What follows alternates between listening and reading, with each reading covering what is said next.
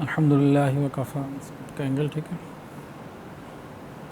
الحمدللہ وکفا وسلام علی عبادہ الذین اصطفیٰ اما بعد فاعوذ باللہ من الشیطان الرجیم بسم اللہ الرحمن الرحیم. یا ایہا النبی انا ارسلناک شاہدا ومبشرا ونذیرا وداعیا الی اللہ بإذنہ وسراجا منیرا.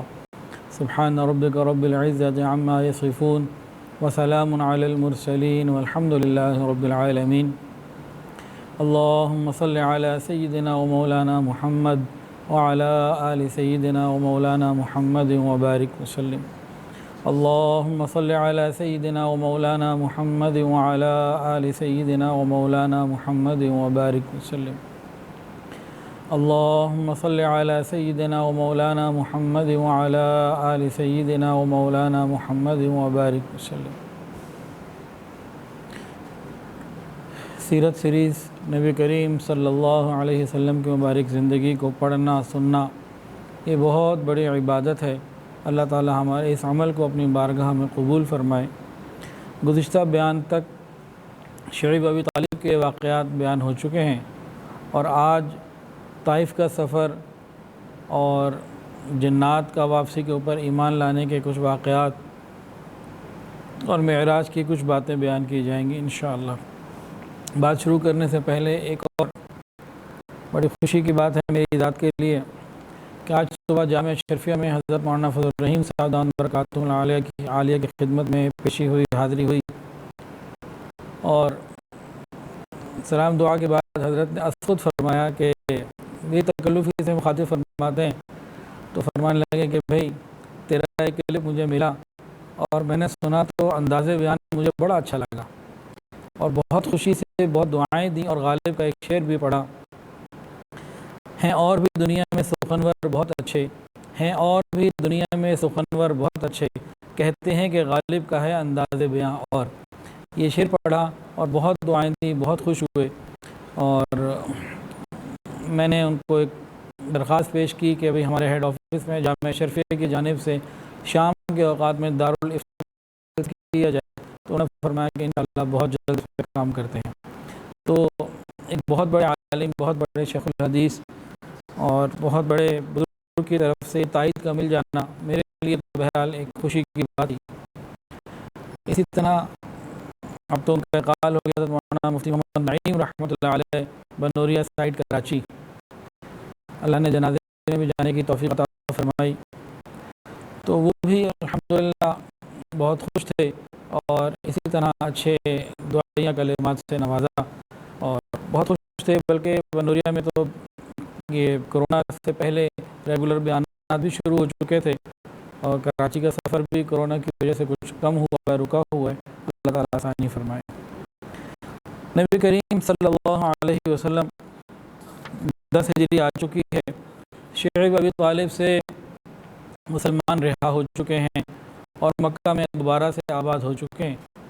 شعیب ابی طالب سے نکلنے کے چند ہی دن بعد رمضان یا شوال 10 نبوی میں نبی علیہ السلام کے چچا ابو طالب نے انتقال کیا. ان کا انتقال ہو گیا اور ابو طالب کے انتقال کے بہت ہی کم سے بعد چند ہی دنوں کے بعد حضرت خدیجہ الکبریٰ رضی اللہ تعالیٰ عنہ کا بھی انتقال ہو گیا.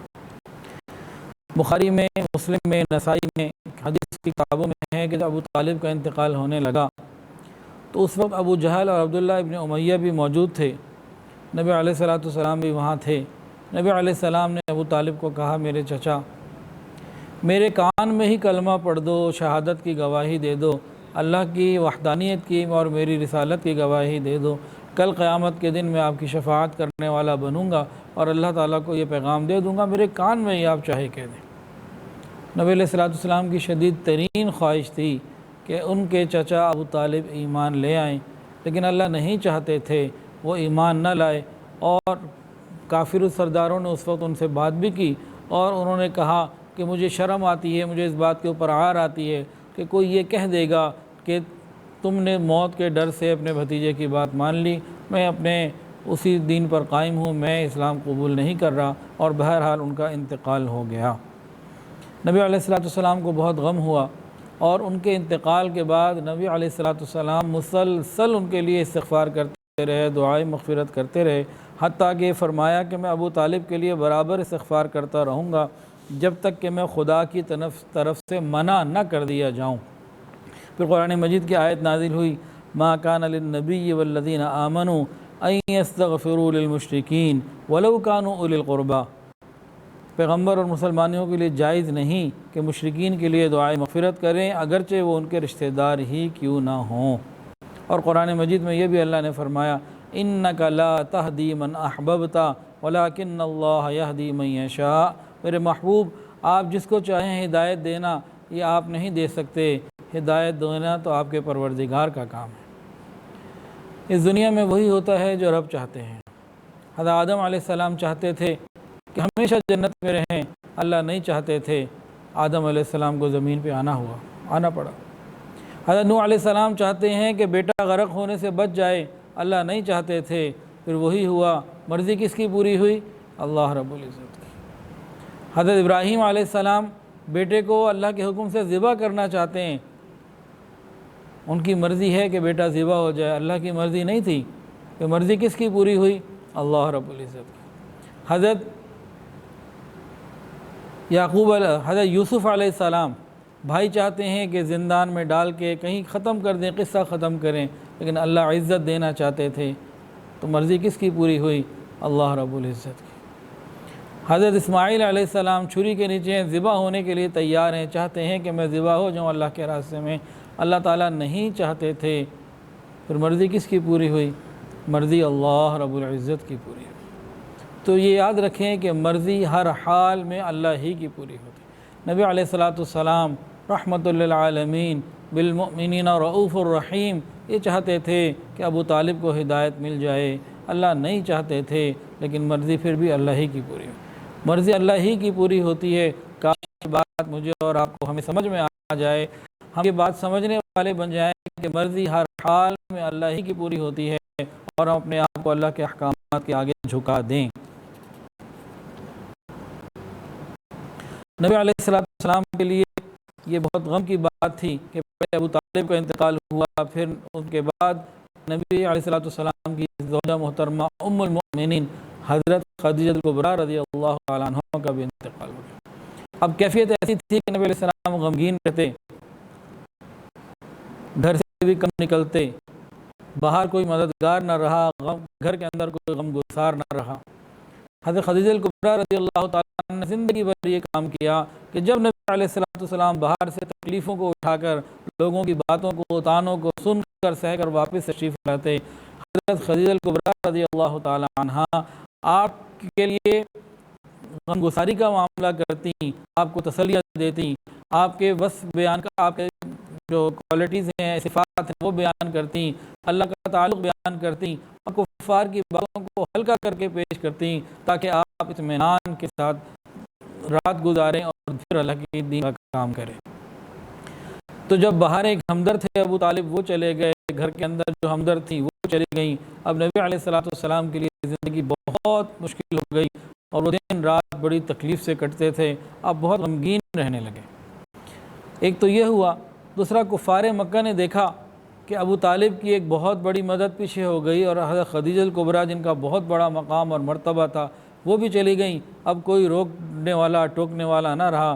یہ کفار اور زیادہ جری ہو گئے، پہلے بھی انہوں نے کم ظلم و ستم نہیں کیے تھے، لیکن اب تو اور زیادہ کھل کر نبی علیہ السلام کے خلاف دشمنی پر آ گئے، بلکہ سر عام نبی علیہ السلام کو اور برا کہنے لگے، کبھی گریبان سے پکڑتے، کبھی کچھ کرتے، کبھی کچھ کرتے، تو آپ کی تکلیفوں میں اس طرح اور اضافہ ہو گیا۔ ایک دو محبت کرنے والے جدا ہو گئے، اور دوسرے کفار کی اذیت میں اور اضافہ ہو گیا، تو نبی علیہ السلام بہت تکلیفوں میں تھے، غمگین تھے۔ اتنے میں اللہ رب العزت اتنے میں نبی علیہ السلام نے یہ سوچا کہ مکے والے تو نہیں مانتے، چلو میں طائف کا سفر کرتا ہوں، اور طائف جا کر اہل طائف کو، جہاں قبیلہ بنو ثقیف آباد ہے، ان کو میں جا کے اللہ کا پیغام دیتا ہوں، ہو سکتا ہے کہ وہ لوگ میری بات کو مان لیں، ایمان قبول کر لیں، اور اسلام کی مدد ہو جائے، اور میرا راستہ کام اور آسان ہو جائے۔ نبی علیہ السلام نے اپنے غلام زید بن حارثہ رضی اللہ تعالیٰ عنہ کو لیا، اور زید بن حارثہ رضی اللہ تعالیٰ عنہ ان کو لیا اور طائف کی طرف روانہ ہو گئے۔ طائف کا سفر مجھے بھی الحمدللہ کئی مرتبہ کرنے کا موقع ملا۔ پہاڑی سفر، آج تو کارپیٹ روڈ ہیں، ایئر کنڈیشن گاڑی کے اوپر سفر تھا، تو کافی لمبا سفر ہے۔ نبی علیہ السلام نے اور زید بن حارثہ نے وہ سفر پیدل کیا۔ نبی علیہ السلام اتنی تکلیفیں اٹھا کر کئی دنوں میں طائف پہنچے ہوں گے۔ وہاں پہنچنے کے بعد وہاں 3 بھائی تھے جو تینوں وہاں کے سردار سے، ان سے ملاقات کی۔ عبد، یالیل، مسعود اور حبیب، یہ ان کے نام ہیں۔ ان تینوں کو جا کے اللہ کا پیغام سنایا، اپنی رسالت کی اور اللہ کی وحدانیت کی بات کی، ان کو دعوت اسلام دی، لیکن ان تینوں نے نہ بات کو سنا نہ توجہ دی، بلکہ ایک عام مہمان کو بھی جو عزت دی جاتی ہے وہ بھی نہ دی، بلکہ انہوں نے بدترین سلوک کیا۔ ایک نے تو یہ سنتے ہی کہا، کیا اللہ تعالیٰ نے کعبہ کا پردہ چاک کرنے کے لیے تمہیں بھیجا ہے؟ دوسرے نے کہا، کیا اللہ تعالیٰ کو کوئی اور نہیں ملا تھا، تمہیں ہی رسول بنانا تھا؟ اور تیسرے نے کہا کہ دیکھو میں تم سے بالکل بات نہیں کرنا چاہتا، اگر تم واقعی نبی ہو تو بات کرنا اور وہ بے ادبی ہوگی، اور اگر تم جھوٹے ہو تو میں ایسے شخص کی طرف توجہ بھی نہیں کرنا چاہتا۔ تو ان تینوں نے بہت برے طریقے سے سلوک کیا۔ نبی علیہ السلام وہاں سے واپس جب ہونے لگے، ان تینوں نے طائف کے نوجوان جو اوباش قسم کے نوجوان تھے، گندے، ان کو لگایا، ابھارا کہ دیکھو ان کو تم نے پتھر مارنے، آوازیں بھی کسنی ہے، مذاق بھی اڑانا ہے۔ وہ نوجوان نبی علیہ السلام کے پیچھے لگ گئے، وہ آپ کو پتھر پہ پتھر مارتے جاتے۔ حضرت زید بن حارثہ کوشش کرتے کہ ڈھال بن جائیں اور ہر پتھر اپنے اوپر لیں، لیکن مارنے والے زیادہ تھے، ان کے بھی لگتے، نبی علیہ السلام کے بھی لگتے۔ زید بن حارثہ کا سر پھٹ گیا، جگہ جگہ سے خون نکلا، وہ بھی بہت زخمی ہو گئے، اور رسول اللہ صلی اللہ علیہ وسلم کا مبارک جسم لہو لہان ہو گیا۔ آپ کے مبارک جوتے خون کے ساتھ بھر گئے، جو آپ کے نعلین مبارک وہ خون کے ساتھ بھر گئیں۔ نبی علیہ السلام جب پریشان ہو کے تکلیف کے عالم میں بیٹھتے، وہ بدبخت لڑکے آگے آتے، نبی علیہ السلام کو بازوؤں سے کھڑا کر کے اٹھاتے، پھر چلنے کے لیے کہتے، نبی علیہ السلام پھر چلنا شروع کرتے، وہ پھر پتھر مارتے، پھر نبی علیہ السلام کو تکلیف ہوتی، تکلیف کی شدت میں پھر کبھی آپ تھوڑی دیر بیٹھنا چاہتے، آپ بیٹھ جاتے، وہ پھر آتے، پھر آپ کو اٹھا لیتے اور پھر آگے چلا دیتے، اور جیسے ہی نبی علیہ السلام چلتے وہ تاک تاک کے آپ کے نشانے مارتے، پاؤں پہ بھی نشانے مارتے، اور پیچھے سے آوازیں بھی کستے اور ہنستے بھی اور ٹھٹا بھی اڑاتے۔ اس طریقے کے ساتھ نبی علیہ السلام آگے چلتے رہے، حتیٰ کہ آپ ایک باغ میں پہنچے جو عتبہ اور ربیعہ کا تھا۔ عتبہ ابن ربیعہ اور شیبہ ابن ربیعہ کا باغ تھا۔ آپ وہاں ایک درخت کے سائے میں اس باغ کے اندر تھوڑا آرام کرنے کے لیے بیٹھے، اور نبی علیہ السلام نے وہاں پھر اللہ رب العزت سے ایک دعا مانگی ہے۔ اس دعا کا ترجمہ میں بھی آپ کو پڑھ کے سناتا ہوں۔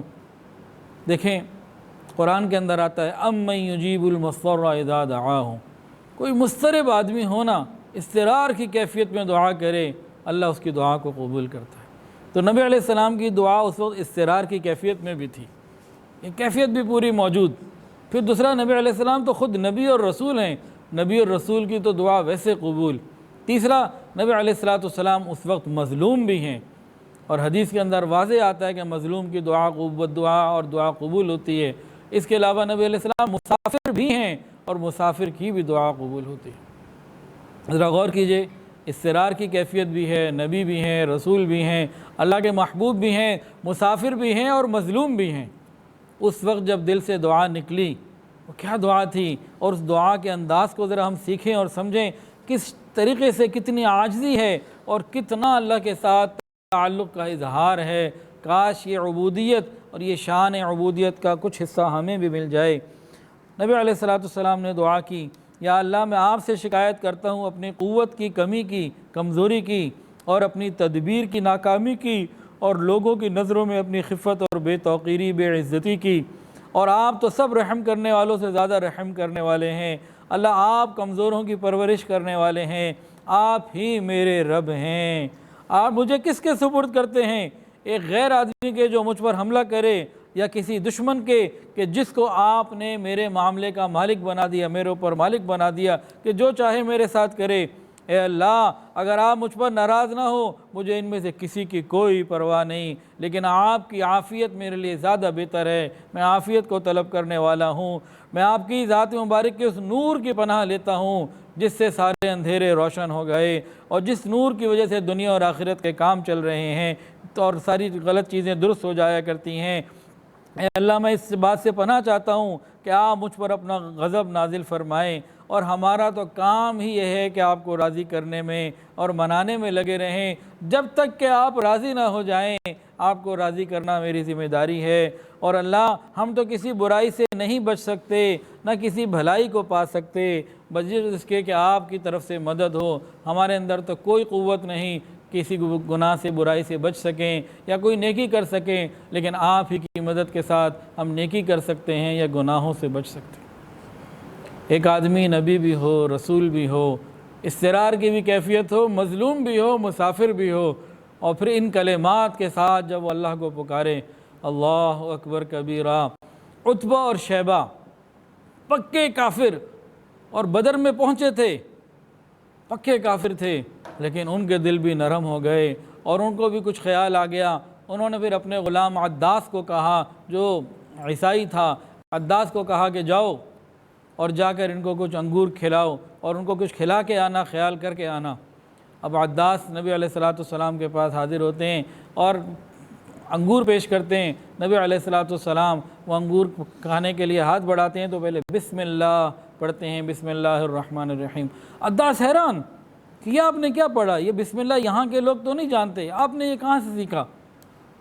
تو نبی علیہ السلام نے پوچھا بھئی تم کدھر کے ہو؟ تو عداس نے کہا کہ میں تو نینوا کا ہوں، ایک علاقے کا نام بتایا، نینوا۔ اب نبی علیہ السلام نے فرمایا اچھا تم نینوا کے ہو جہاں میرے بھائی یونس ابن متی آئے تھے، یونس علیہ السلام آئے تھے۔ اب تو عداس کی حیرت کی اور انتہا نہ رہی کہ آپ یونس علیہ السلام کو کیسے جانتے ہیں؟ نبی علیہ السلام نے فرمایا کہ وہ میرے بھائی تھے، وہ بھی اللہ کے نبی تھے اور میں بھی اللہ کا نبی ہوں۔ اب یہ باتیں جب ہوئیں، عداس تو بالکل نبی علیہ السلام پہ دیوانہ ہو گیا، اور دیوانہ وار کبھی آپ کی پیشانی کو چومتا، کبھی آپ کے ہاتھوں کو چومتا اور کبھی آپ کے پاؤں کو چومتا۔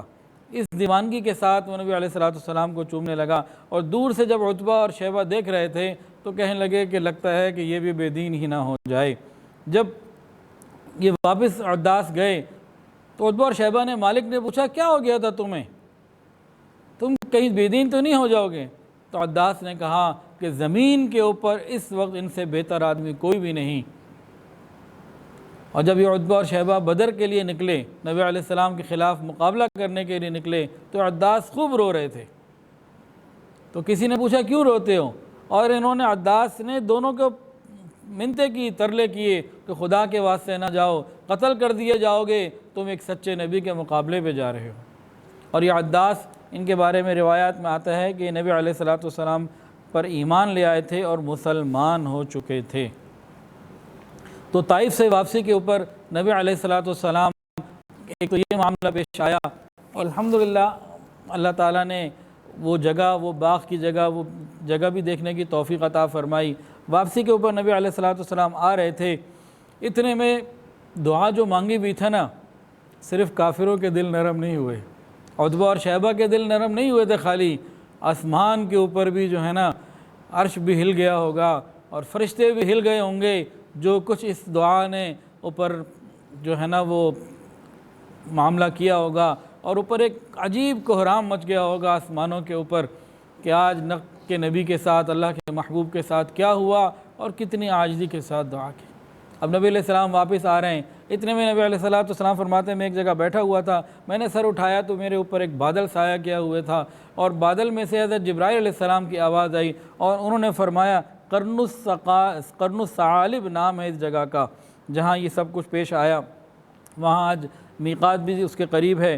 تو کہتے ہیں کہ میں نے سر اٹھایا تو دیکھتا ہوں کہ ایک بادل میرے اوپر سایہ کیے ہوئے ہے اور جبرائیل امین موجود ہیں، اور جبرائیل امین نے مجھ سے وہیں سے آواز دی اور کہا آپ کی قوم نے جو آپ کو جواب دیا، جو آپ نے ان سے بات کی، سب اللہ نے سن بھی لی، دیکھ بھی لی، اور اللہ رب العزت نے آپ کے پاس ملک الجبال پہاڑوں کا فرشتہ بھیجا ہے، اور آپ کو اختیار دیے جو آپ پہاڑوں کے فرشتے کو حکم دیں گے وہ آپ کی بات کی اطاعت کرے گا۔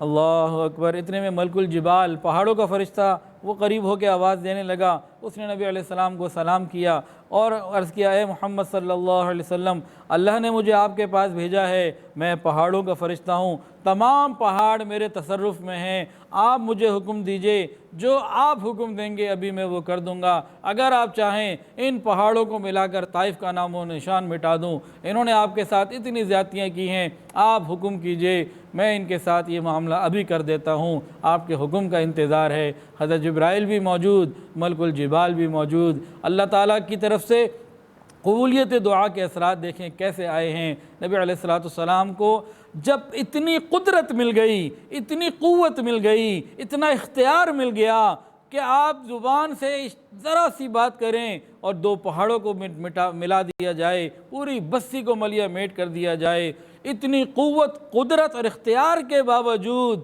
تحمل مزاجی، اتنی قوت، اختیار اور قدرت کے باوجود دوسروں کو معاف کر دینا، درگزر کر دینا۔ کن کو؟ جنہوں نے اتنا ظلم کیا، اتنی تکلیفیں پہنچائیں، لیکن نبی علیہ السلام نے کیا فرمایا؟ نبی علیہ السلام نے کہا کہ نہیں، میں یہ دعا نہیں کرتا، میں اللہ سے امید کرتا ہوں کہ اللہ ان کی نسل میں ایسے لوگ پیدا کرے گا جو مجھ پر ایمان لانے والے ہوں گے، جو کلمہ پڑھنے والے ہوں گے۔ نبی علیہ السلام نے فرمایا، میں بد دعا دینے والا بنا کر نہیں بھیجا گیا، اللہ میری قوم کو ہدایت دے دے، مجھے نہیں جانتے۔ نبی علیہ السلام کی یہ دعائیں تھیں۔ یاد رکھیے، چہرے پہ داڑھی رکھنا سنت نبی ہے، سر کو ڈھانکنا سنت نبی ہے، مردوں کے لیے ٹخنوں کو ننگے رکھنا سنت نبی ہے، نماز پڑھنا سنت نبی ہے۔ ارے اتنی قوت اور اختیار کے باوجود دوسروں کو معاف کر دینا، یہ بھی سنت نبی ہے۔ ہم صرف ظاہری سنتوں کی طرف ہیں، کاش ہمیں دوسروں کو معاف کرنے کی یہ سنت بھی یاد آ جائے اور ہم لوگوں کو معاف کرنا سیکھیں۔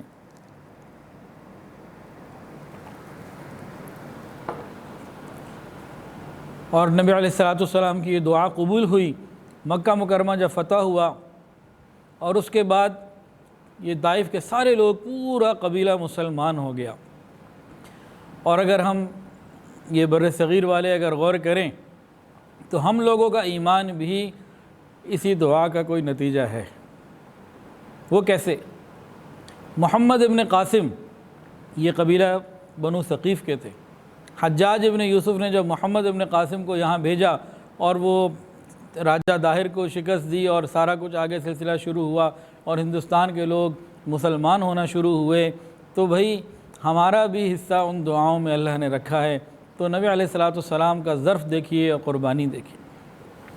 ہمیں بھی چاہیے کہ ہم جب دین کا کام کریں تو اعلیٰ ظرف کے ساتھ کریں اور لوگوں کو معاف کرنے کی سنت بھی اپنائیں۔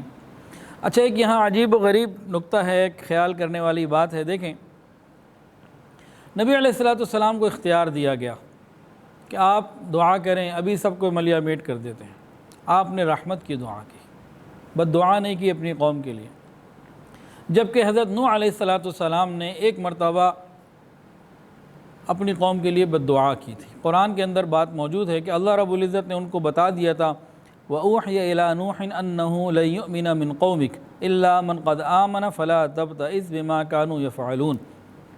حضرت نوح علیہ السلام کو وحی کے ذریعے بتا دیا گیا تھا کہ اب جو رہ گئے نا کافر، ان میں سے ایک بھی ایمان قبول کرنے والا نہیں، اور ان کی نسلیں بھی اسی پر ہی مریں گی اور آئیں گی۔ اب کوئی جتنے اسلام قبول کر چکے وہ کر چکے، اب زمین کے اوپر کوئی ایسا نہیں جو ایمان کو قبول کرے۔ جب حضرت نوح علیہ السلام کو وحی الہی کے ذریعے یہ بتا دیا گیا، پیغام دے دیا گیا کہ اب مزید کوئی شخص ایمان قبول نہیں کرے گا، یہ سارے کافر ہی رہیں گے، کفر پر ہی مریں گے، تب حضرت نوح علیہ السلام نے اللہ سے مانگا، رب لا تذر علی الکافرین، رب لا تذر علی الارض من الکافرین دیارا، رب لا تذر علی الارض من الکافرین دیارا انک ان تذرہم یضلوا عبادک ولا یلدوا الا فاجرا کفارا۔ انہوں نے مانگا، اللہ اب زمین کے اوپر کوئی کافر باقی نہ رہے، اور ان کی یہ دعا قبول ہوئی اور طوفان نوح آیا اور چند مسلمان جو ایک کشتی پہ سوار کر دیے گئے تھے نوح علیہ السلام کے ساتھ، ان کے علاوہ جتنے کافر تھے جس میں نوح علیہ السلام کا بیٹا بھی تھا، سارے کے سارے غرق ہو گئے اور ختم ہو گئے۔ اب ان دونوں کے اندر سے نقطہ کیا نکالنا ہے، پوائنٹ کیا ہے کہ نبی علیہ السلام نے دعا کی کہ ان کی نسلوں میں سے کوئی ایمان والا باقی ہو، اور وہاں بتا دیا گیا کہ اب ان کی نسلوں میں بھی کوئی ایمان والا نہیں ہوگا۔ تو یہاں بتانا کیا مقصود ہے؟ بتانا یہ مقصود ہے کہ جب تک ایمان والے زمین پر موجود ہیں یہ زمین قائم ہے۔ جس وقت دنیا میں ایمان والے سارے ختم ہو جائیں گے، صرف کافر باقی رہ جائیں گے، اور یہ معلوم ہوگا کہ آگے ان کی اولادیں بھی کفر ہی کریں گی، اس وقت پھر زمین کو مٹا دیا جائے گا اور قیامت کا معاملہ آ جائے گا۔ ایمان والے جب تک ہیں، یہ کافروں کا کفر اور ان کی حکومت یہ سب اسی وقت تک ہے جیسے دنیا سے ایمان والے چلے جائیں گے۔ اگر ہماری کشتی ڈوبے گی تو ان کا جہاز بھی ساتھ ہی ڈوبے گا۔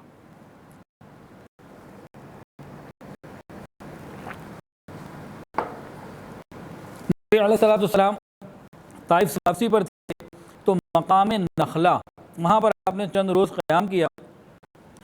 وہاں آپ کے ساتھ ایک معاملہ پیش آیا، ایک واقعہ ہوا کہ آپ جو ہے نماز پڑھ رہے تھے تو نصیبین ایک علاقہ ہے یمن کا، وہاں کے کچھ جنات آئے اور انہوں نے قرآن مجید کو سنا، اور اس کے بعد وہ اپنی قوم پر چلے گئے اور وہاں جا کے اپنی قوم کو کہا، پہلے تو قرآن سنا اور ایک دوسرے کو کہنے لگے خاموشی سے سنو، اور اس کے بعد واپس جا کے اپنی قوم کو جا کے کہنے لگے کہ یہ تو عجیب کتاب ہے جو موسیٰ علیہ السلام کے بعد نازل ہوئی، جو پہلی کتابوں کی تصدیق کرتی ہے، اور اپنے بھائیوں کو دعوت ایمان کے آؤ اور ایمان کو قبول کر لو۔ جنات کے بارے میں چند باتیں توجہ کے ساتھ سن لیجئے۔ بعض کتابوں میں آتا ہے کہ نبی علیہ السلام کے پاس 6 مرتبہ جنات کے وفد آئے، 6 مرتبہ نبی علیہ السلام کی خدمت میں جنات آئے۔ تو اب غالباً سب سے پہلے نصیبین کا واقعہ ہے کہ نبی علیہ السلام قرآن پڑھ رہے تھے، جنات حاضر ہوئے، انہوں نے قرآن کو جب سنا اور تعجب کا اظہار کیا، اپنی قوم کو لے کے گئے، بعد میں بھی نبی علیہ السلام کے پاس آئے۔ اب مختلف واقعات ہیں، اور وہ کون سا واقعہ کب پیش آیا تاریخی اعتبار سے تو بتانا مشکل ہے، لیکن بہرحال یہ چند واقعات پیش آئے۔ نبی علیہ السلام کو قرآن مجید میں پھر اللہ رب العزت نے بتایا کہ اس طرح پیچھے یہ جنات آئے تھے۔ پھر ایک واقعہ تو اس طریقے کا ہے کہ نبی کریم صلی اللہ علیہ وسلم نے حضرت عبداللہ ابن مسعود رضی اللہ تعالیٰ عنہ کو اپنے ساتھ لیا، تھوڑا دور گئے جہاں آج مسجد جن ہے، جنت المعلیٰ کے پاس، اور ہاں حضرت خدیجہ الکبریٰ رضی اللہ تعالیٰ عنہ کی جو قبر ہے جنت المعلیٰ میں مکہ مکرمہ میں موجود ہے، اور روزانہ فجر اور عصر کے بعد وہ قبرستان کھولا جاتا ہے اور وہاں جا سکتے ہیں۔ بہرحال نبی علیہ السلام ان کو لے گئے، رات کا وقت تھا، اور حضرت عبداللہ ابن مسعود کے لیے خط کھینچ دیا، دائرہ کھینچ دیا راؤنڈ، کہا کہ دیکھو آپ نے اس کے اندر رہنا ہے، باہر نہیں نکلنا، اگر باہر نکل گئے تو پھر ایسا نہ ہو کہ دوبارہ ملاقات نہ ہو۔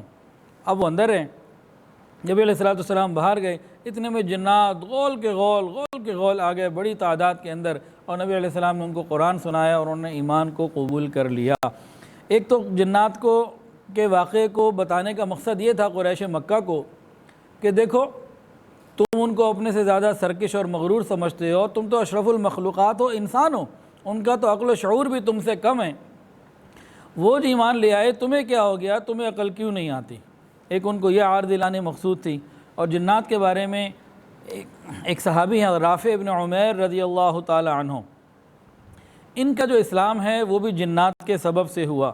تفسیر مظہری میں لکھا ہوا ہے کہ حضرت سعید ابن جبیر رضی اللہ عنہ کی سند کے ساتھ کہ ایک صحابی تھے رافع ابن عمیر، وہ کہتے ہیں کہ میں ایک رات ریگستان میں تھا، اکیلا تھا، اچانک رات کو مجھے نیند آئی، میں سو گیا۔ اتنے میں خواب میں دیکھتا ہوں، میرے پاس اونٹنی تھی، اس کو میں نے سائڈ پہ کھڑا کر دیا، سو گیا۔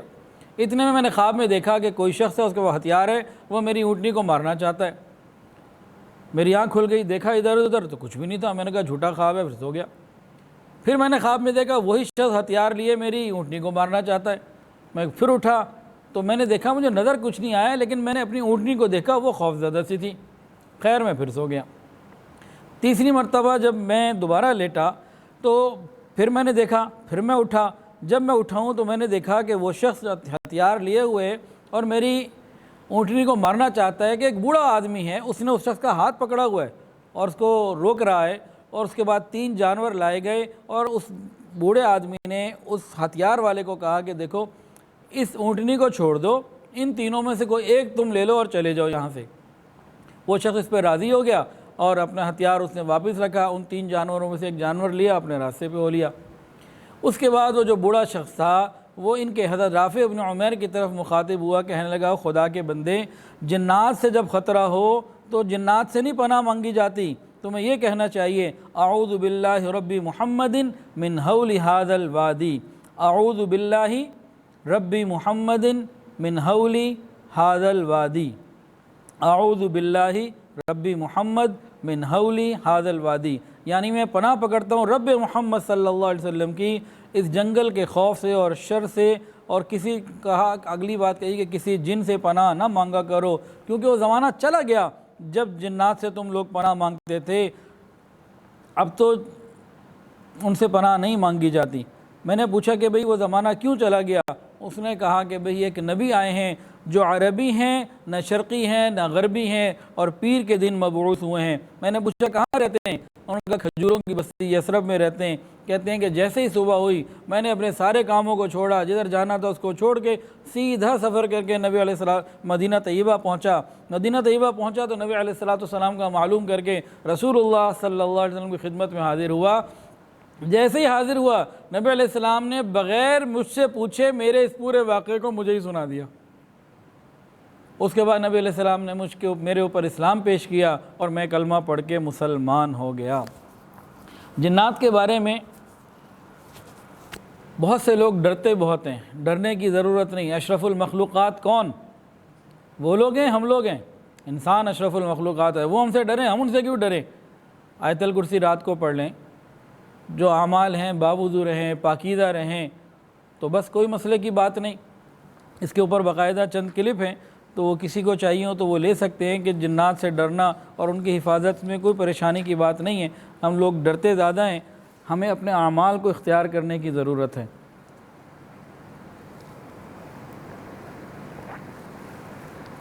جنات کی تعداد انسانوں سے زیادہ ہے، ان کی قوت بھی انسانوں سے زیادہ ہے، لیکن اللہ نے سردار اور اشرف المخلوقات انسان کو بنایا، جنات کو نہیں بنایا۔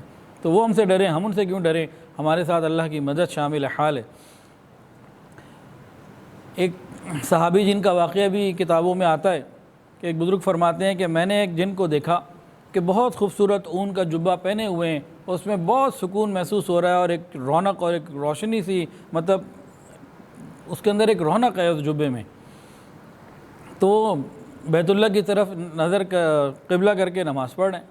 جب وہ نماز پڑھ چکے میں ان کے قریب گیا، میں نے سلام کیا تو انہوں نے کہا، میں نے کچھ بات چیت پوچھی تو انہوں نے جواب دیا کہ یہ جبہ پہن کر میں حضرت عیسیٰ علیہ السلام کی خدمت میں بھی حاضر ہوا تھا، اور یہی جبہ پہن کر میں رسول اللہ صلی اللہ علیہ وسلم کی خدمت میں بھی حاضر ہوا تھا۔ تو میں صحابی جن ہوں، اور سورہ جنات کے بارے میں، سورۃ الجن جنات ہی کے بارے میں آئی تھی، تو ان جنات کے اس گروہ میں بھی شامل تھا۔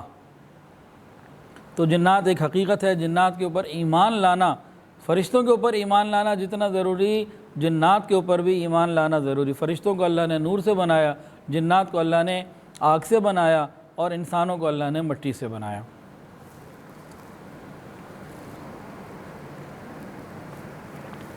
تو بہرحال طائف سے واپسی کے اوپر جنات جو ہیں وہ مسلمان ہوئے، اور نبی علیہ السلام جب مکہ کے قریب پہنچے تو زید بن حارثہ نے کہا اب مکہ میں داخل کیسے ہوں گے؟ مکہ میں تو اب کوئی مددگار نہ رہا اور کوئی اس طرح کا معاملہ نہ رہا، اور یہ تو پہلے سے زیادہ دشمنی پر آ گئے ہیں، ہم کیسے داخل ہو سکتے ہیں؟ ایسا نہ ہو کہ کافر آپ کو تکلیف پہنچائیں۔ نبی علیہ السلام نے فرمایا کہ اللہ اپنے نبی کو غالب کر کے رہے گا اور کوئی مدد کا راستہ ضرور کھولے گا، اس لیے پریشانی کی بات نہیں ہے، اللہ مہربانی فرمائیں گے۔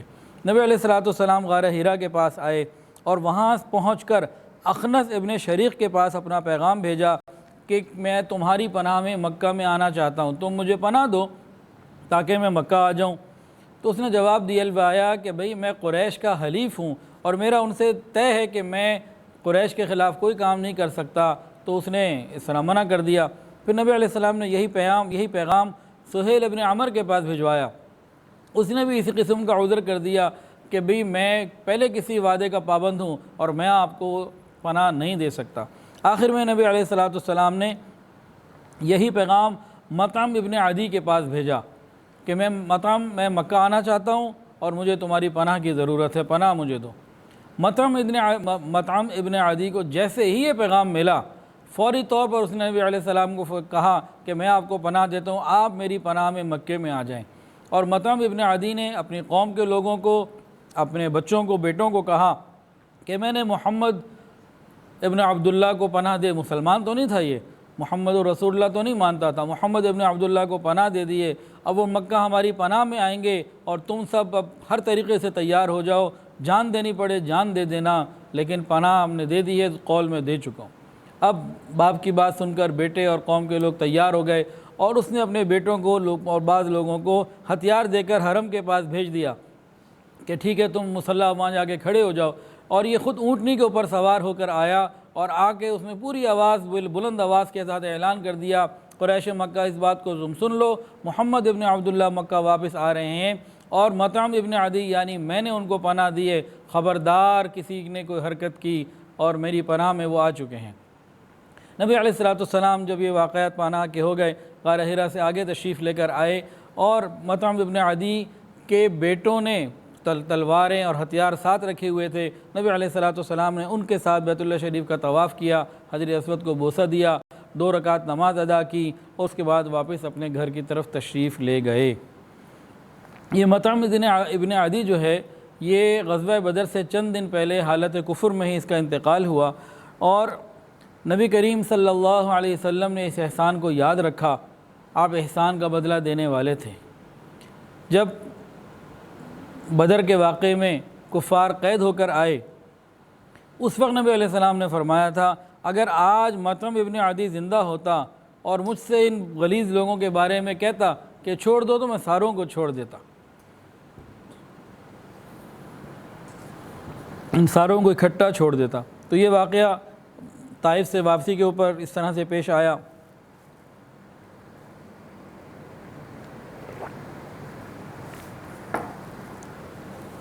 ایک صحابی تو طفیل ابن عمر دوسی رضی اللہ تعالیٰ عنہ، قبیلہ دوس کے، حضرت ابو ہریرہ رضی اللہ تعالیٰ عنہ بھی قبیلہ دوس کے تھے۔ تو طفیل ابن عمر دوسی رضی اللہ تعالیٰ عنہ کا واقعہ اس طریقے سے اسلام لانے کا کہ یہ شریف بھی تھے، اپنے قبیلے کے بڑے معزز اور بڑے مہمان نواز شخص تھے، اور بہت بڑے شاعر تھے اور بہت سمجھدار آدمی تھے، اور قریش کے ساتھ ان کی دوستی تھی اور ایک حلیفانہ تعلق تھا اور بہت اچھا تعلق تھا۔ نبی علیہ السلام مکہ تشریف لے آئے تھے طائف کے بعد۔ اب یہ طفیل دوسی آئے مکہ میں اپنی روٹین کے مطابق۔ اہل مکہ نے کہا کہ دیکھو یہاں ایک شخص ایسا پیدا ہو گیا کہ بھائی کو بھائی سے جدا کرتا ہے، باپ کو بیٹے سے جدا کرتا ہے، میاں بیوی کو آپس میں جدا کرتا ہے، اور بہت اس کی باتوں میں تاثیر ہے، جو سن لیتا ہے بس وہ جادوگر ہے، اس کی باتوں کا اثر ہو جاتا ہے، تم نے دور رہنا ہے، پریشان، ورنہ تم بھی اپنے ماں باپ سے دور ہو جاؤ گے، تم بھی اپنے خاندان سے دور ہو جاؤ گے۔ اتنا کانوں کو بھرا کہ طفیل ابن عمر دوسی وہ کہتے ہیں کہ میں نے پکا ارادہ کر لیا کہ میں نے تو جس شخص کے بارے میں بتا رہے ہیں آواز سننی کوئی نہیں، میں نے تو قریب بھی نہیں جانا، اور اپنی احتیاط اتنی بڑھا لی کہ اپنے کانوں کے اندر کپڑے ٹھونس لیے کہ مجھے آواز ہی نہ آئے۔ تو میں نے اتنی زیادہ احتیاط کی، یہاں تک کہ لوگ ان کو ذوالقطنطین کہنے لگے کہ کپڑے ٹھونسنے والے کانوں کے اندر۔ کہتے ہیں کہ ایک دن میں حرم میں تھا تو قدرتاً مجھے کانوں میں نبی علیہ السلام کی آواز بھی آ گئی۔ جب مجھے آواز آنے لگی تھوڑی سی تو میں نے کہا بھئی میں ذرا توجہ سے سن لوں، آخر میں اچھے برے کو سمجھنے والا، مجھے اچھے برے کی تمیز ہے، مجھے بات اچھی لگے گی تو قبول کر لوں گا اور بری لگے گی تو چھوڑ دوں گا، کوئی زبردستی تھوڑی میرے اوپر کر سکتا۔ اب انہیں نبی علیہ السلام کی جب بات سنی، قرآن سنا، تو قرآن جب سنا تو پھر قرآن کی طرف دل لگ گیا اور بہت بھلا معلوم ہوا۔ پھر نبی علیہ السلام کی خدمت میں حاضر ہوئے، کہنے لگے میرے اوپر اپنا دین پیش کیجئے۔ نبی علیہ السلام نے قرآن مجید کی تلاوت فرمائی اور دین کی تبلیغ کی بات بتائی۔ ساری بات سننے کے بعد طفیل ابن عمر دوسی کہنے لگے خدا کی قسم میں نے قرآن مجید سے بہتر نہ کبھی کوئی کلام سنا، نہ اسلام سے زیادہ اعتدال والا کوئی مذہب میں نے دیکھا۔ اسی وقت مسلمان ہو گئے اور نبی علیہ السلام سے عرض کیا یا رسول اللہ میں اپنی قوم کا سردار ہوں، آپ میری قوم کے ایمان اور ہدایت کے لیے دعا کیجئے، میں وہاں جا کر ان کو ایمان کی دعوت دیتا ہوں، اور اس ساتھ کوئی دعا کر دیجئے اللہ تعالیٰ مجھے کوئی نشانی عطا فرما دے تاکہ میرے لیے کام کرنا آسان ہو جائے۔ نبی علیہ السلام نے دعا فرمائی، اللہم اجعلہ آیا، اے اللہ اس کے لیے کوئی نشانی پیدا فرما۔ حضرت طفیل دوسی فرماتے ہیں کہ جب میں اپنے قبیلے میں پہنچا، رات کا وقت تھا، تو میرے پیشانی کے اوپر نور جاری ہو گیا۔ پھر میں نے اللہ سے دعا کی، یا اللہ یہ میرے چہرے کے اوپر ہے، ایسا نہ ہو کہ یہ لوگ اس چیز کو نہیں جانتے تو کہیں کہ چہرہ بگڑ گیا نئے دین کی وجہ سے، تو کہیں اس کا غلط مطلب نہ لے لیں، آپ اس نور کو کہیں اور ظاہر فرما دیں۔ جیسے ہی دعا کی اسی لمحے وہ نور ان کے عصا میں داخل ہو گیا اور عصا چمکنے لگا۔ وہ عصا ایسا عجیب ہو گیا کہ رات کو چمکا کرتا تھا، اب اندھیرا تھا، اس میں راستہ ان کو نظر آنا شروع ہو گیا، اور ان کا جو کوڑا تھا، عصا جو تھا، وہ منور ہو گیا۔ جب گھر والوں، علاقے والوں نے دیکھا تو ایک نشانی کے طور پر اس کو دیکھا۔ اب یہ اپنے گھر پہنچے، جا کے اپنے ماں باپ کو کہا، جی میرا آپ کا کوئی تعلق نہیں، آپ کا دین الگ میرا الگ۔ کہ بھئی کیا ہوا؟ انہوں نے اسلام پیش کیا، ماں باپ نے اسلام قبول کر لیا۔ بیوی سے بھی اسی طرح کہا، بیوی نے بھی اسلام قبول کر لیا۔ جب گھر والوں نے اسلام قبول کر لیا، اس کے بعد یہ قبیلہ دوست کی طرف، عام لوگوں کی طرف متوجہ ہوئے اور ان کو ایمان اور اسلام کی دعوت دی۔ لیکن انہوں نے اسلام قبول کرنے میں تردد کیا اور اسلام قبول نہ کیا۔ بعض روایت کے مطابق حضرت ابو ہریرہ نے پہلی دفعہ میں قبول کر لیا، تو بہرحال دادا نے قبول نہ کیا۔ اب حضرت طفیل دوسی دوبارہ نبی علیہ السلام کی خدمت میں آئے، کہنے لگے، یا رسول اللہ میری قوم کے لیے بد دعا کر دیں، سنتے ہی نہیں ہیں، ان کے لیے بد دعا کر دیں۔ نبی علیہ السلام کے ان کی ہدایت کے لیے دعا کی، یہ مانگا، اے اللہ قبیلہ دوست کو ہدایت عطا فرما اور مسلمان بنا کر میرے پاس بھیج دیجئے۔ حضرت طفیل ابن عمر دوسی رضی اللہ تعالی عنہ نبی علیہ السلام کی مزید تعلیم کو لے کے دوبارہ اپنے قبیلے میں گئے اور وہاں جا کر دین کی تبلیغ کرتے رہے، حتیٰ کہ 7 ہجری تک اپنی قوم کو مسلمان کی کرنے کی کوشش میں لگے رہے۔ تقریباً آدھا قبیلہ 7 ہجری تک مسلمان ہو گیا۔ پھر یہ 7 ہجری میں نبی علیہ السلام کی خدمت میں مدینہ طیبہ حاضر ہوئے، جس میں حضرت ابو ہریرہ رضی اللہ تعالیٰ عنہ بھی شامل تھے۔ نبی علیہ السلام کے پاس آئے، آدھا قبیلہ مسلمان ہو گیا۔ بعد میں حضرت طفیل ابن عمر دوسی رضی اللہ تعالیٰ عنہ نے فتح مکہ کے بعد، جب مکہ فتح ہو گیا، نبی علیہ السلام سے عرض کیا، یا رسول اللہ مجھے اجازت دیجئے کہ ہمارے علاقے کا جو بت ہے ذوالکفین، میں اس کو جلا کر آ جاؤں۔ نبی علیہ السلام نے فرمایا کہ ہاں جاؤ اور اسے جلا دو۔ یہ طفیل دوسی اپنے علاقے میں آئے اور اس بت کو اپنے ہاتھوں سے جلا دیا اور اس ساری چیزوں کو ختم کر کے مٹا کے رکھ دیا۔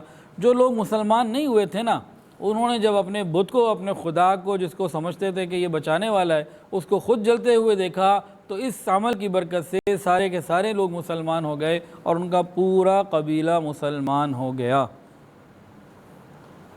حضرت طفیل دوسی رضی اللہ تعالیٰ عنہ کو ذی النور بھی کہا جاتا تھا۔ یہ نور والے تھے کہ ان کی جو لاٹھی تھی، عصا تھا، جو کوڑا تھا، وہ منور تھا۔ اللہ تعالیٰ کی شان دیکھیے کہ حضرت موسیٰ علیہ السلام، ان کی لاٹھی کو بھی اللہ تعالیٰ نے ایک شان دی تھی کہ جب وہ زمین پہ پھینکتے تھے وہ اژدہا بن جاتی تھی، اور پکڑتے تھے تو واپس ٹھیک ہو جاتی تھی۔ پتھر پہ مارا تو 12 چشمے نکل آئے، سمندر پہ مارا تو 12 راستے نکل آئے۔ تو اللہ تعالیٰ کی ایک عجیب قدرت تھی۔ اور یہ عصا میں نے دیکھا ہے، یہ آج بھی موجود ہے ترکی کے اندر، توپ کاپی میوزیم کا نام ہے، توپ کاپی، وہاں پہ یہ موجود ہے۔ تو حضرت یہ طفیل ابن عمر دوسی رضی اللہ تعالیٰ عنہ کا جو یہ لاٹھی یا کوڑا تھا، یہ بھی قریب ملتی جلتی ہی بات ہے کہ جو ایک نبی کے لیے اللہ نے عطا کی تھی اپنے وقت میں، اپنے انداز میں، تو ایک نبی کے امتی کے لیے بھی، ایک صحابی کے لیے بھی ان کے عصا سے اللہ نے خیر کو جاری فرما دیا۔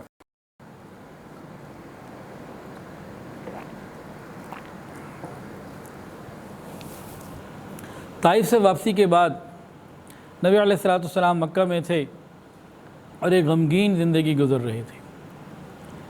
شیب ابی طالب کی تکلیفیں اٹھائیں، طائف کی تکلیفیں اٹھائیں، اور ایک غمگین زندگی ایسی تھی کہ غم گسار بیوی نہ رہی اور ہمدرد چچا نہ رہا، اور کیفیت ایسی بن چکی تھی کہ ظلم اور ستم کی جتنی کوششیں ہو سکتی تھیں وہ کفار نے ساری آزما لیں، کچھ باقی نہ رہا کہ کوئی اور طریقہ ظلم کا ایجاد کرتے، جو کچھ وہ کر سکتے تھے سب کچھ کر لیا، اور رسول اللہ صلی اللہ علیہ وسلم نے 10 سال کڑی آزمائش میں اور تکلیفوں میں اور پریشانیوں میں گزارے۔ اتنی پریشانی ہوئی نبی علیہ السلام کو اور صحابہ کو کہ اس کا تصور بھی محال ہے۔ 1-2 دن 4 دن نہیں، 10 سال یہ تکلیفیں رہیں۔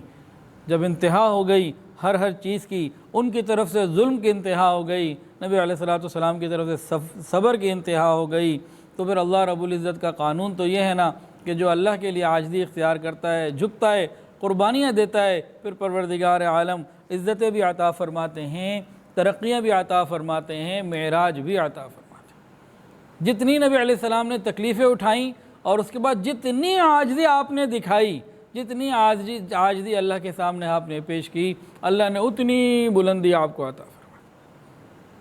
کائنات میں سب سے زیادہ اللہ کے سامنے عاجزی آپ نے پیش کی، اور کائنات میں سب سے زیادہ بلندی اللہ تعالیٰ نے آپ کو عطا کی۔ عاجزی کے اندر عزتیں اور بلندیاں ہیں۔ ہم تکبر میں تلاش کرتے ہیں، ہم مال پیسے عہدے میں تلاش کرتے ہیں، اللہ نے عزتیں اور معراج اور اللہ تعالیٰ نے ترقیاں عاجزی کے اندر رکھی ہیں۔ یہ سبق ہم بھول چکے ہیں۔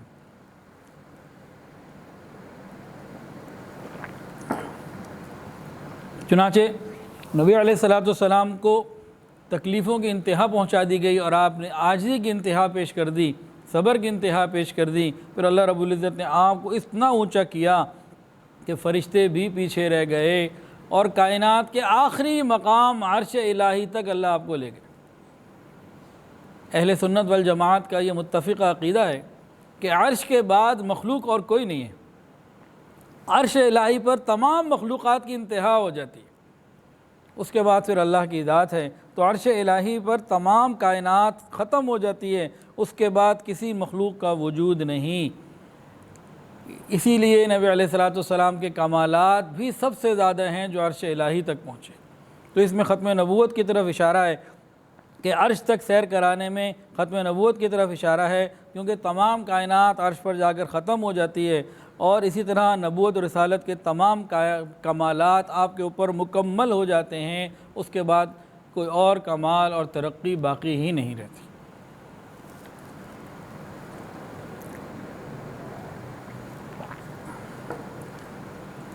واقعہ معراج اس کے 2 حصے ہیں۔ ایک ہے مکہ مکرمہ سے لے کر بیت المقدس تک، اس کو اسراء کہا جاتا ہے، اور اسی ایک ہی سفر کا جو دوسرا حصہ ہے وہ بیت المقدس سے آسمان کی طرف ہے۔ پہلا جو سفر طے ہوا وہ اس طریقے سے طے ہوا براق کے اوپر، اور دوسرا سفر جو ہے نیچے سے اوپر کی طرف طے ہوا، تو اس کو اسراء کہا جاتا ہے سیر سے، اور اس کو معراج کہا جاتا ہے اونچائی پہ جانے کو۔ تو اس کے 2 حصے ہیں، تو آج کوشش کر کے جتنی بات ہو سکے گی کر لیں گے، باقی انشاءاللہ آگے زندگی رہی اگلی بدھ کو تو پھر اس کے اوپر بات ہوگی انشاءاللہ۔ نبی کریم صلی اللہ علیہ وسلم کو اللہ رب العزت نے منتخب فرمایا اپنا دیدار کرانے کے لیے، اپنی عجائبات اور نشانیاں دکھانے کے لیے، جنت جہنم اور ان لوگوں کے احوال کو دکھانے کے لیے۔ تو یہ تفصیلات نبی علیہ السلام کی اب اس میں سے کچھ عرض کی جائیں گی۔ احادیث کے اندر بہت ساری تفصیلات ہیں، ان کا خلاصہ اس طریقے سے بنتا ہے کہ ایک رات نبی علیہ السلام حضرت ام ہانی رضی اللہ تعالیٰ عنہ کے مکان میں آرام فرما رہے تھے۔ رات کا وقت اچانک چھت پھٹی اور حضرت جبرائیل امین نیچے آئے اور نبی علیہ السلام کو اٹھایا، آپ کے ساتھ اور فرشتے بھی تھے، وہاں سے آپ کو مسجد حرام کی طرف لے گئے، حتیم کی طرف۔ بعض روایتوں میں ہے کہ وہاں آپ کو دوبارہ نیند آ گئی، آپ سو گئے، وہاں دوبارہ اٹھایا گیا۔ اس کے بعد نبی علیہ السلام کو بیر زمزم، آب زمزم کنویں کی طرف لے جایا گیا، اور وہاں جا کے حضرت جبرائیل امین رضی علیہ السلام نے نبی علیہ السلام کے سینے مبارک کو چاک کیا اور کھولا، اور کھول کے قلب مبارک کو باہر نکالا، پھر قلب مبارک کو چاک کیا، اور اس کے اندر جو اللہ تعالیٰ کی طرف سے وہ ایمان اور حکمت اور جو تشت لے کر آئے تھے، جو چیزیں لے کر آئے تھے جنت سے، جس کے اندر یقیناً ایمان اور حکمت اور معلوم نہیں کیا کیا چیزیں ہوں گی، وہ ساری کی ساری قلب اطہر کے اندر رکھ دیں۔ یہاں ایک بات تو یہ ہے کہ نماز پڑھنے سے پہلے بندہ وضو کرتا ہے نا، ہاتھ وغیرہ دھو لیتا ہے، منہ دھو لیتا ہے، پاؤں دھو لیتا ہے، تو اللہ رب العزت نے اپنا دیدار کرانا تھا تو دل کا وضو کروا دیا۔ ایک اور بات، حضرت جبرائیل علیہ السلام جب آئے تھے تو تشت ساتھ تھے، 1 یا 2، اور اس کے اندر نور حکمت اور چیزیں بھری ہوئی تھی، تو اللہ بہتر جانتا ہے کیا کیا تھا، تو جنت سے لے کر آئے تھے۔ غور کیجئے، اگر اللہ چاہتے تو جنت سے پانی بھی تو بھیج سکتے تھے، تو باقی چیزیں جنت کی تھیں، پانی آب زمزم کا تھا، پانی زمین کا استعمال ہوا۔ اسی لیے علماء فرماتے ہیں کہ آب زمزم جنت کے پانی سے بھی افضل ہے، آب کوثر سے بھی افضل ہے، کیونکہ افضل نبی کے لیے افضل چیز کا انتخاب ہونا تھا۔ یہ نہیں ہو سکتا کہ افضل نبی کے لیے غیر افضل چیز کا استعمال ہوتا۔ تو آب زمزم کی اتنی برکت ہے، یہ جنت کے پانی سے بھی افضل ہے۔ اللہ تعالیٰ نے آب زمزم بار بار پینے کی مسلمانوں کو توفیق عطا فرمائی۔ اللہ ہم سب کو آب کوثر بھی نبی علیہ السلام کے مبارک ہاتھوں سے عطا فرمائے۔ بہرحال سینہ مبارک چاک کیا گیا، قلب کے اندر جو ہے وہ حکمت اور نور جو کچھ تھا وہ بھر دیا گیا، پھر دوبارہ سینہ ٹھیک ہو گیا۔ پھر نبی علیہ السلام کو حضرت جبرائیل نے عرض کیا کہ آپ اس جانور کے اوپر سوار ہو جائیے۔ براق کو پیش کیا گیا۔ براق برق سے ہے، تیزی، بجلی، اور براق کی صفات ایسی ہیں کہ سفید صاف بالکل چٹا، اور اس کی اسپیڈ اتنی زیادہ ہے کہ جہاں اس کی نظر پڑتی ہے وہاں اس کا قدم اترتا ہے، جہاں تک اس کی نظر جاتی ہے وہاں تک اس کا قدم چلتا ہے۔ تو یہ اس کی رفتار تھی۔ نبی علیہ السلام کو براق پیش کیا گیا، جبرائیل علیہ السلام لے کر آئے تھے۔ نبی علیہ السلام جو اس پر سوار ہونے لگے تو براق شوخی کرنے لگا۔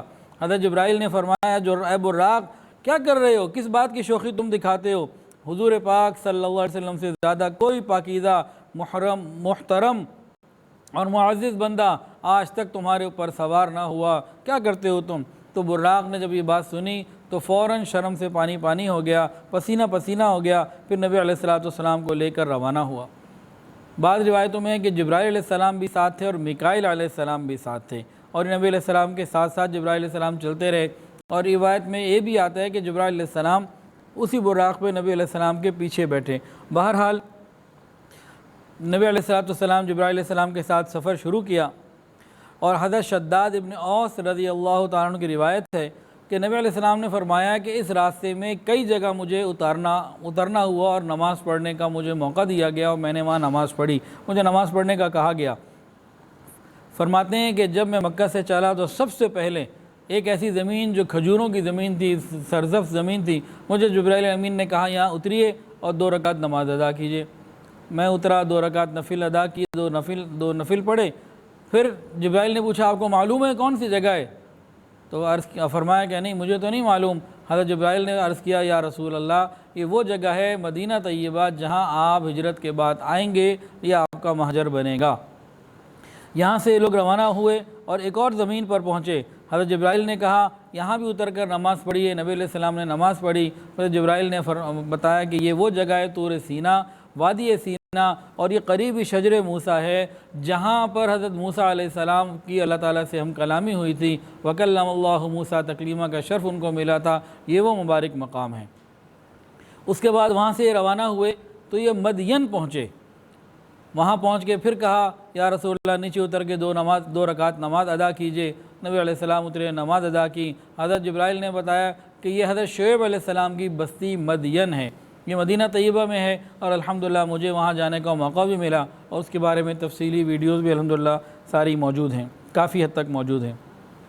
نبی علیہ السلام فرماتے ہیں کہ اس کے بعد اگلا سفر شروع ہوا، اور ایک مقام پہ پہنچ کر حضرت جبرائیل نے کہا کہ یہاں بھی 2 رکعت نماز ادا کیجئے۔ میں نے 2 رکعت نماز ادا کی تو مجھے بتایا گیا یہ بیت اللحم ہے، بیت المقدس کے قریب جگہ ہے جہاں حضرت عیسیٰ علیہ السلام کی پیدائش ہوئی، اور اس کے بعد فائنلی نبی علیہ السلام بیت المقدس پہنچے۔ بیت المقدس کے اور آگے کے واقعات، انبیاء کی امامت کے اور اوپر عروج کے واقعات انشاءاللہ اگلی دفعہ ذکر ہوں گے، لیکن کچھ ایسے واقعات اور ہیں جو نبی علیہ السلام نے اس سفر میں دیکھے، جس میں بعض علماء کہتے ہیں کہ یہ اسی سفر میں اللہ تعالیٰ نے دکھائے تھے، جو عروج سے پہلے تھا، معراج یعنی کہ بیت المقدس سے اوپر جانے سے پہلے تھا۔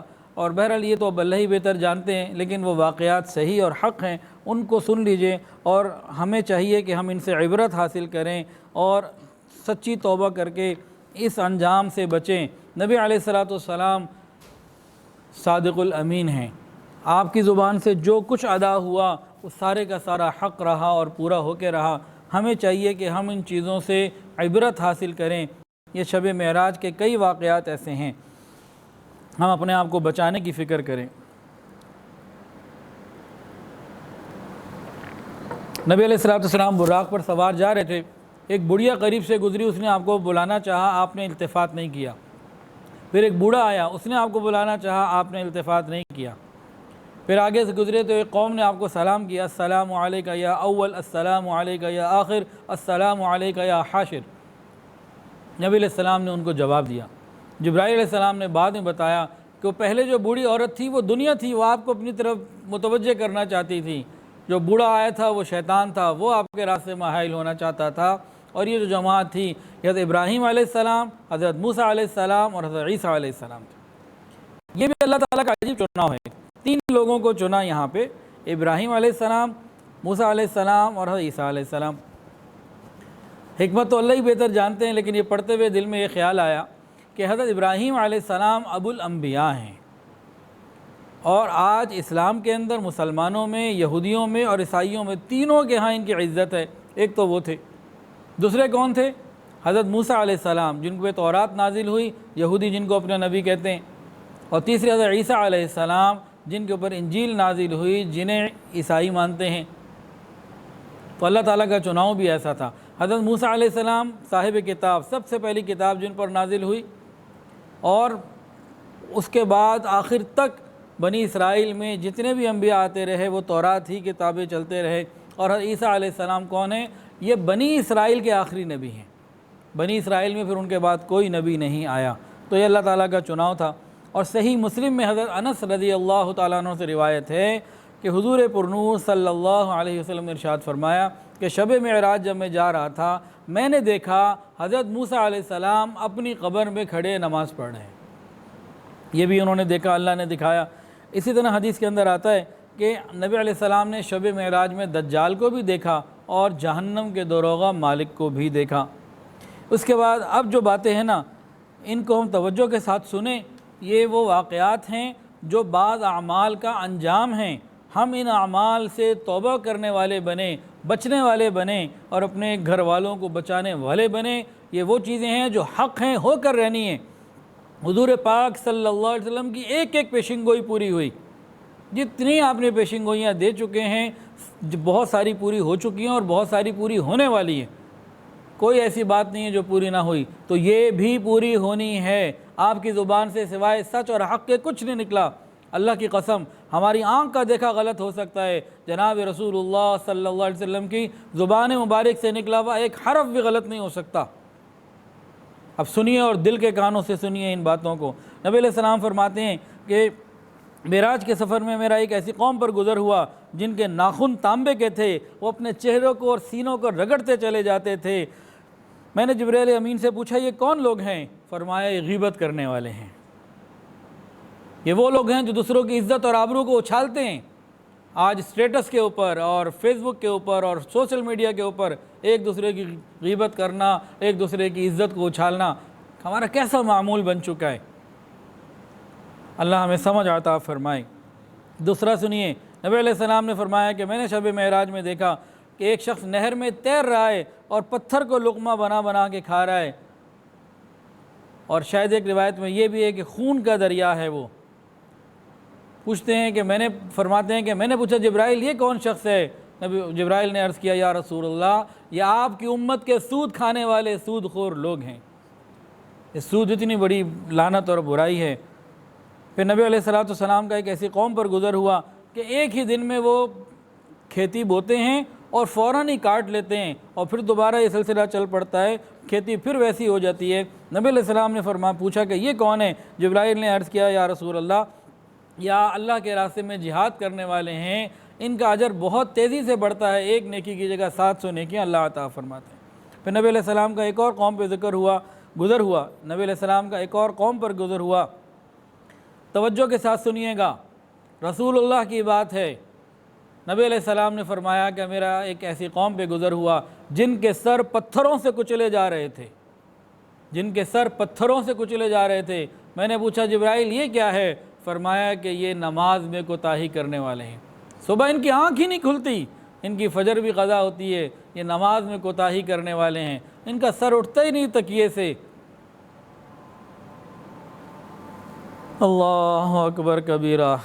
فرماتے ہیں کہ پھر میرا ایک اور جگہ پہ قوم پہ گزر ہوا کہ جن کی شرم گاہ پر آگے اور پیچھے جو ہے نا وہ چیتھڑے اس طرح کی جو چیزیں وہ لگی ہوئی تھیں، اور وہ اونٹ اور جانوروں کی طرح چر رہے تھے اور زقوم اور غلیظ کانٹے اور گندی چیزوں کو کھا رہے تھے۔ میں نے پوچھا جبرائیل یہ کون ہے؟ نبی علیہ السلام نے فرمایا کہ یہ آپ کی امت کے وہ لوگ ہیں جو اپنے مال کی زکوٰۃ ادا نہیں کرتے۔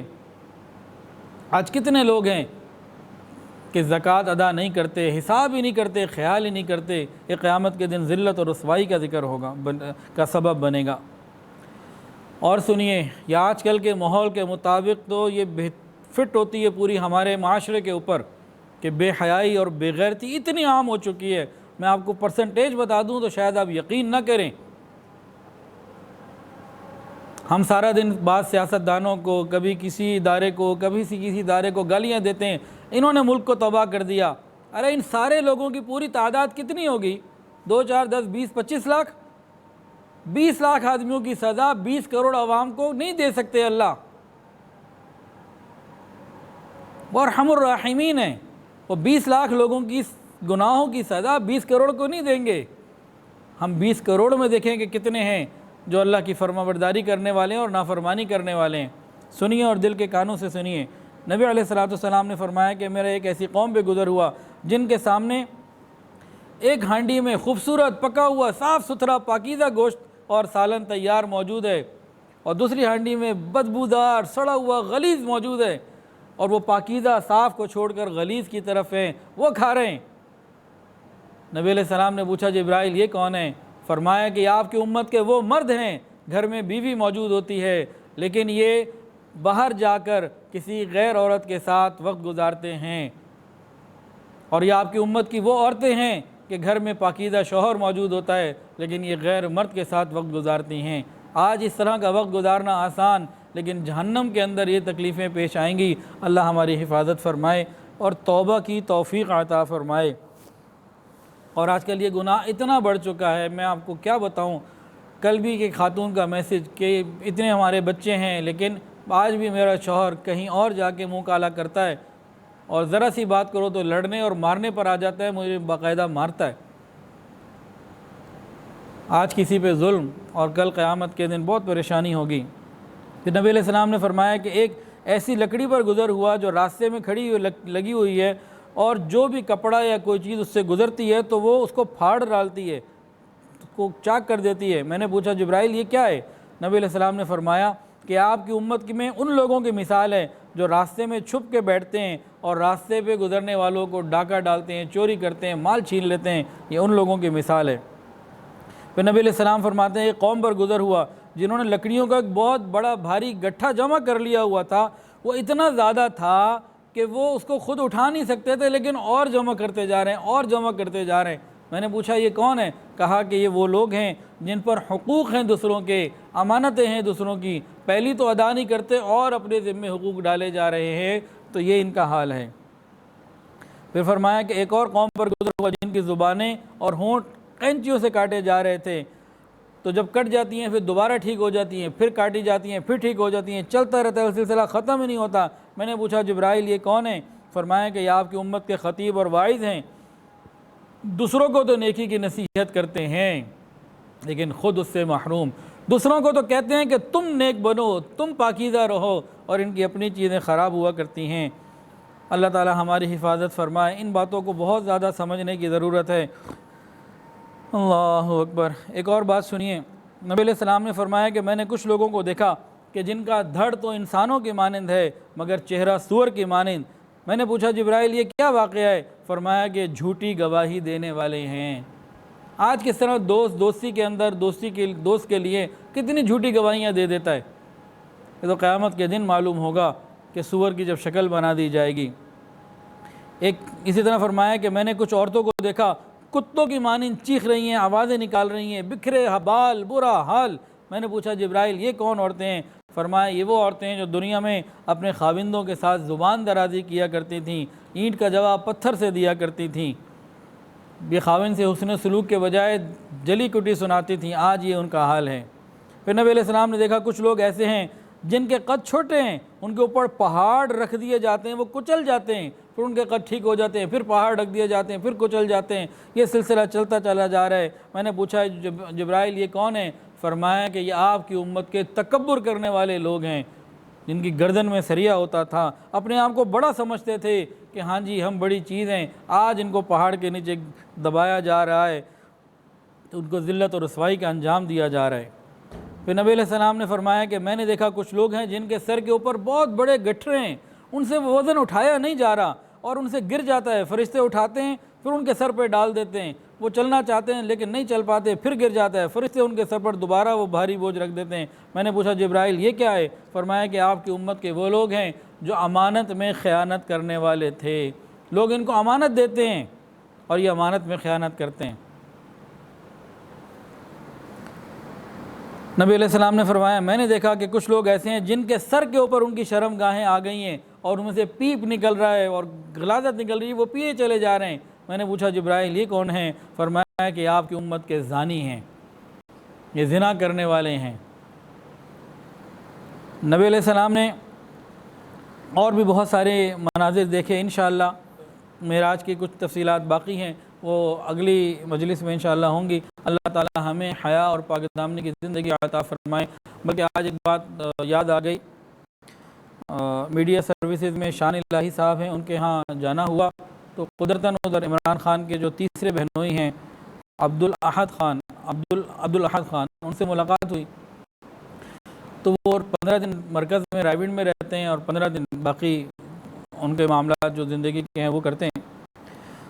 تو مختلف باتوں میں ایک عجیب بات انہوں نے کہی، کہنے لگے کہ میں جہاں جم جاتا ہوں تو وہاں ایک صاحب آتے تھے اور وہ علماء کو برا بھلا کہتے تھے اور اس طرح کی بات ہوتی تھی۔ تو ایک دن میں ایک اپنی ٹریڈ مل میں جو ہے نا وہ واک کر رہا تھا، وہ ادھر کر رہے تھے، تو میں نے دیکھا بڑے غمگین ہیں، چہرہ بڑا پریشان ہے۔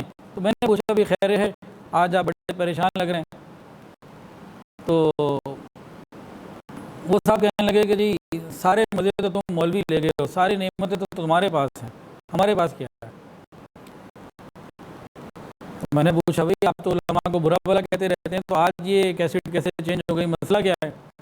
کہنے لگے جو سامنے ٹی وی لگا ہوا ہے نا، آپ جہاں گھنٹوں بھی بیٹھتے ہو تو ایک منٹ اس کو نہیں دیکھتے، کسی نامحرم کو آپ دیکھتے ہی نہیں۔ تو کہنے لگے جب آپ نظروں کی حفاظت کرتے ہو، کسی نامحرم کو نہیں دیکھتے، ان چیزوں سے بچتے ہو، آپ کو تو کسی کشتی کی ضرورت ہی نہیں ہے۔ یہی سب سے بڑی طاقت اور صحت کی چیز ہے کہ ہم ہر جگہ دیکھتے ہیں، ہر جگہ منہ مارنے کی کوشش کرتے ہیں، ہم تباہ ہو گئے۔ وآخر دعوانا ان الحمدللہ رب العالمین۔ دعا کر لیجیے۔ الحمدللہ رب العالمین، صلی اللہ علی النبی الامی الکریم، ربنا ظلمنا انفسنا وان لم تغفر لنا وترحمنا لنکونن من الخاسرین۔ اللہ ہم آپ کے عاجز مسکین بندے ہیں، اللہ ظاہر میں بندے، حقیقت میں نہایت ہی گندے ہیں۔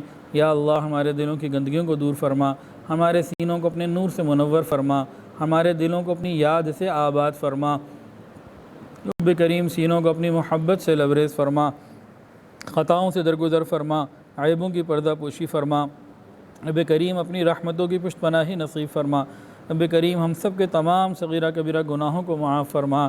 یا الہ العالمین ہماری تمام ضروریات کو اپنی رحمت سے پورا فرما، ہر طرح کی آسانی عطا فرما، ہم سب کو رزق حلال، آسان، فراخ اور بابرکت عطا فرما، حرام اور مشتبہ سے محفوظ فرما، رب کریم ہماری دعاؤں کو قبول فرما۔